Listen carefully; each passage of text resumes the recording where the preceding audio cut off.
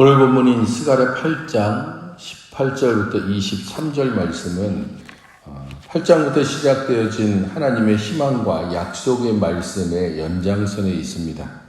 스가랴 7장까지가 이스라엘 조상들의 실패와 그 실패에 대한 하나님의 심판을 기록하고 있다면 8장부터는 그러한 실패와 달리 지금 포로에서부터 돌아와 성전을 재건하고 있는 이 세대에게는 하나님께서 함께하여 주시고 하나님께서 너희들에게 복을 주시겠다는 약속을 주고 있습니다. 그런 면에서 오늘 8장은 이스라엘이 하나님께서 미워하는 행위를 버리고 바른 삶을 살아야 한다는 것, 곧 하나님의 약속을 온전히 믿고 그 안에서 어떻게 살아야 하는가에 대하여서 말씀을 주고 있습니다. 짤막하게 얘기되고 있는 금식에 대한 18절과 19절의 말씀은 이전에 7장 2절부터 3절에서 베델에서부터 온 사람들이 여호와의 전에 있는 제사장에게 질문한 내용에 따른 대답이라고 할 수가 있습니다. 7장 3절을 보게 되면 내가 여러 해 동안 행한 대로 5월 중에 울며 근신하리이까? 라고 이렇게 베델에서 올라온 사람이 제사장에게 묻습니다. 이러한 베델 사람의 질문에 대하여서 제사장이 아니라 하나님께서 대답하는 형식이 7장 4절에 나오게 되는데, 너희들이 70년 동안 행한 다섯째 달과 일곱째 달의 금식은 나를 위한 것, 곧 하나님을 위한 것이 아니라 너희 자신들이 먹고 마시기 위한 것이었다라고 말씀을 하고 있습니다. 금식의 동기와 목적이 하나님과 관계된 것이 아니라 오히려 자기들과 관계된 것이었다. 그것도 포로 생활을 하는 70년 동안 너희들은 그렇게 살아왔다라고, 너희들의 모든 금식이나 애통함이나 그것이 헛된 것이었다는 것을 7장에서 지적하고 있는데, 그 부분에 대하여서 오늘 본문에서 답을 주고 있는 것입니다. 넷째 달의 금식, 다섯째 달의 금식, 일곱째 달과 열째 달의 금식이 변해서 유다 족속에게 기쁨과 즐거움과 희락의 절기들이 되리니 오직 너희는 진리와 화평을 사랑할지니라 라고 말씀하고 있습니다. 여기서 말하는 네 번의 금식은 예루살렘 멸망과 관계되어져 있습니다. 넷째 달의 금식은 예루살렘 성이 붕괴되고 유대 지도자들과 왕들이 도망갔던 그러한 날입니다. 다섯째 달의 금식은 예루살렘 성에 붕괴된 것을 통하여서 진입한 바벨론의 군사들이 예루살렘의 성전과 궁전 등 모든 건물을 파괴하고 실제적으로 예루살렘이 완전히 황폐하게 되었던 그러한 때를 기념하는 애통과 금식의 시간입니다.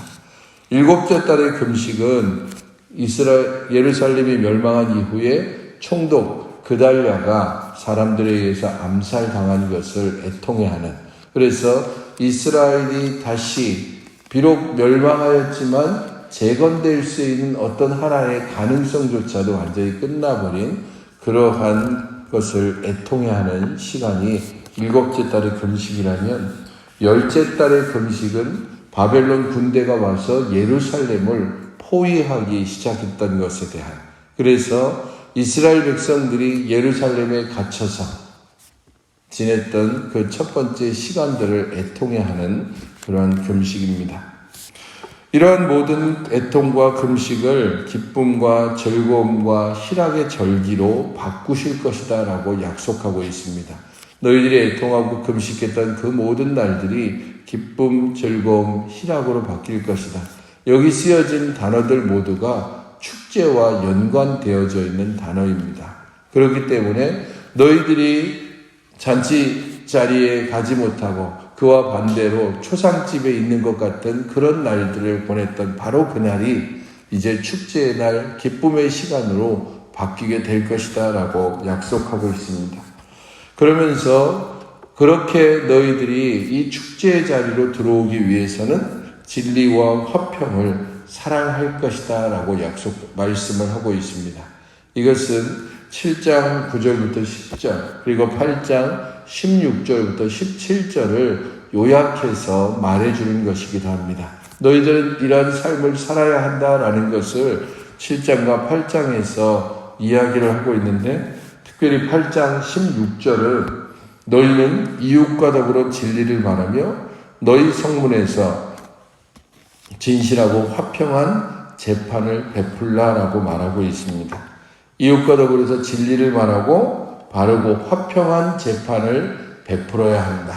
그래서 너희 조상들이 행했던 재판장이 불법이 되어지고 사람들 사이에 모든 진리가 없이 거짓으로 가득했던 그 모든 것을 끊어버리고 진리와 화평을 사랑하고 그것을 너희들의 삶 가운데서 실천해야 한다. 그럴 할 때 너희들은 나의 이 축제의 자리로 들어오게 될 것이다 라는 것입니다. 이스라엘 가운데 여호와께서 어떻게 복을 베푸시는지는 그들의 애통을 축제로 바꾸는 것을 통해서 보여주실 것입니다. 그렇다면 이스라엘이 하나님을 진정으로 사랑한다는 것을 어떻게 보여줄 수 있는가? 그것은 바로 그들의 삶에서 진리와 화평을 사랑하는 것을 통해서 내가 진정으로 하나님을 사랑합니다 라는 것을 보여주어야 합니다. 20절부터 23절은 예루살렘을 방문하는 열방에 대한 약속의 말씀입니다. 이전에 예루살렘을 오는 모든 열방들이 예루살렘을 침략하고 노략질하기 위해서 왔다면 여기에서 주시는 말씀은 여호와의 말씀을 듣고 그 말씀을 따르기 위해서 열방들이 오게 될 것이다 라고 말씀하고 있습니다. 21절에서 보듯이 우리가 속히 가서 만군의 여호와를 찾고 여호와께 은혜를 구하자라고 열방이 말을 합니다. 열방이 예루살렘을 향해서 오는 이유가 여호와를 찾기 위해서 곧 여호와의 말씀을 듣기 위해서고 여호와께 은혜를 구하기 위해서 곧 여호와 하나님을 온전히 고백하며 따르기 위해서라는 사실에 대해서 이야기를 하는 것입니다. 반목과 갈등과 침략과 전쟁이 그쳐지고 화합과 평화의 시대가 열리게 될 것이다 라는 사실을 말씀하는 것입니다. 23절에서는 그날에는 말이 다른 이방 백성 10명이 유다 사람 하나의 옷자락을 잡을 것이다 라고 말씀합니다. 옷자락을 잡는다 라고 했을 때 이 단어가 유대인들이 입는 독특한 의상을 이야기를 해줍니다. 곧 유대인들이 종교적인 행위로서 그 옷 맨 끝에 술이 달려있는 그런 것을 붙잡게 될 것이다 라는 것입니다. 이방인들이 유대인들이 입는 복장을 통해서 구별됨을 알고 그들을 붙잡게 됩니다. 잡는 이유는 하나님이 너희와 함께 하심을 들었다. 그래서 우리가 너와 함께 가리라 라고 말하고 있습니다. 이것은 창세기 12장에 하나님께서 아브라함을 불러서 너를 복의 근원을 삼겠다라고 하시는 말씀의 실제적인 성취와도 같습니다. 이제 예루살렘으로 그리고 이스라엘 백성들에게 열방들이 모여서 내가 너희와 함께 가겠다. 하나님께서 너희와 함께 계심으로 내가 너를 따르겠다라고 하는 이 말씀은 복의 근원을 삼으시는, 그래서 아브라함을 통해서 이 땅 가운데 복이 전해지듯이 이제는 새롭게 건축되어질 성전을 통하여서 하나님께서 그곳에 계시고 그곳에서 하나님께 나아오는 이스라엘 백성들을 열방들이 함께 따르게 되는 그러한 커다란 그림을 스가랴를 통해서 주고 있는 것입니다. 바로 이러한 것들을 통하여 너희들이 지금 하고 있는 이 일들을 끝까지 완성해야 하며 그 일들을 하나님께서 기뻐하신다라는 것을 알려주는 것입니다.